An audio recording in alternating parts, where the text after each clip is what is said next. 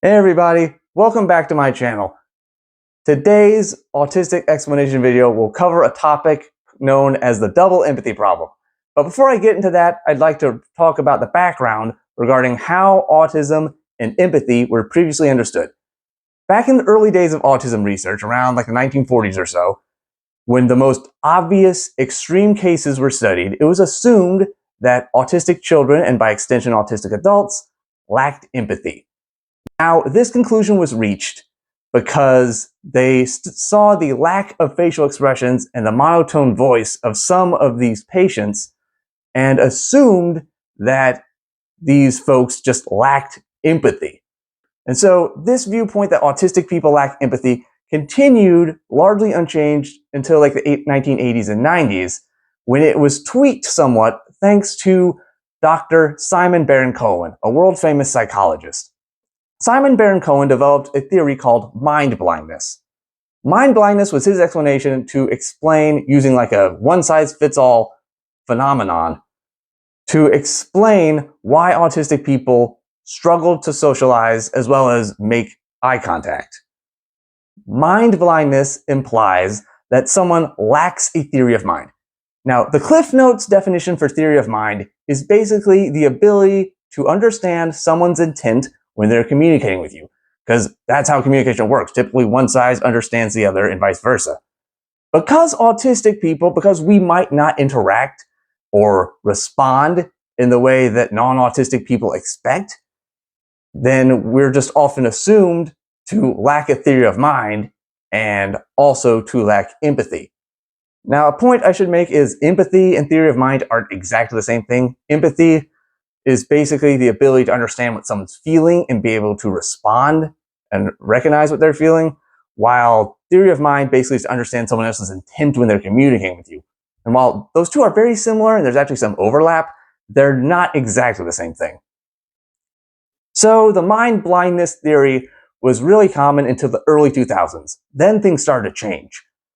It was suggested that by researchers that autistic people, that we were specifically struggling to communicate with non-autistic people rather than having an intrinsic social deficit.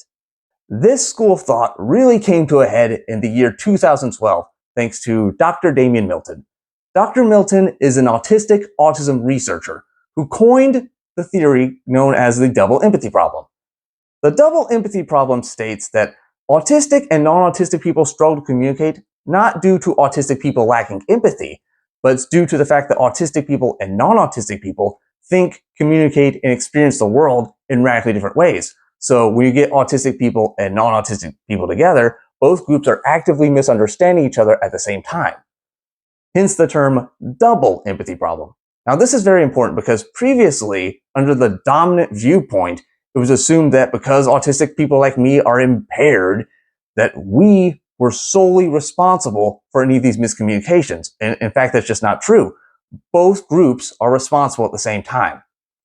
It's actually been shown in more recent studies that if you get a group of autistic people together, we can actually communicate and empathize with each other fairly well, comparable to the level that non-autistic people can communicate and empathize with each other. While autistic people may struggle to communicate with non-autistic people in certain social situations, non-autistic people tend to have negative stereotypes and biases regarding autistic people, and therefore less likely to take the time of day to get to know us. So that's a contributing factor to the double empathy problem.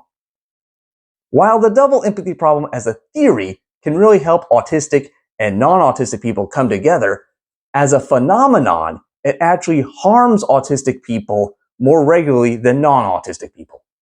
Let me explain. It's estimated that autistic people compose roughly 1 to 2% of the global population, which means roughly 98 to 99% of the population is non-autistic. Not just neurotypical, but non-autistic neurodiversity such as ADHD, dyslexia, Tourette's, and the like.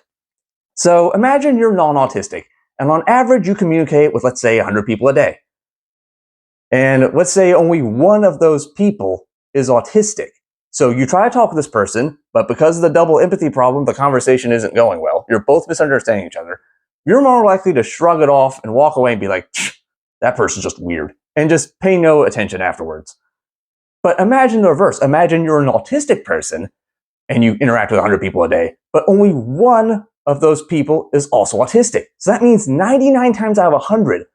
So not only are you misunderstanding the communication the vast majority of the time, you're actively being misunderstood yourself the majority of the time. Imagine going through that every day for years. Imagine what that does to someone's sense of self-worth. So the double empathy problem can be an excellent tool to bring autistic people and non-autistic people closer together, but there are a few flaws. For one thing, the literature on double empathy is relatively young and doesn't have as many studies as the common dominant deficit model of autism does. So there needs to be more studies.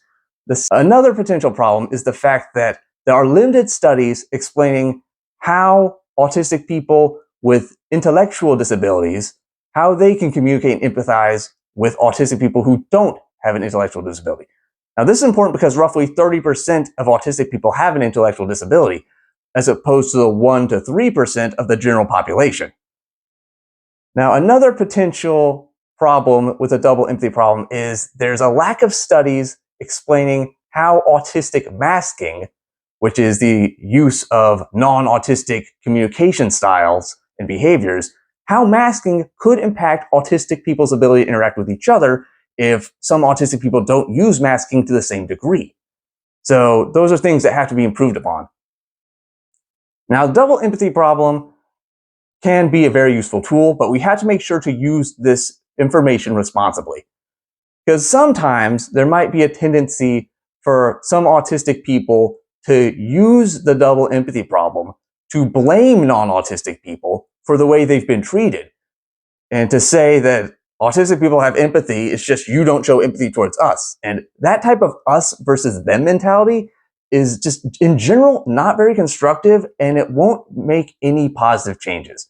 Both sides, autistic and non-autistic, need to be patient and understanding and try to come together without shoving each other's views down each other's throats or getting angry or defensive, because that just won't bring us together. We have to understand each other and change the way we communicate in order to make communication easier for everybody. With that being said, that's my autistic explanation video about the double empathy problem. I hope you all enjoyed the video. Please like, comment, and subscribe, and I'll see you in the next video. Bye!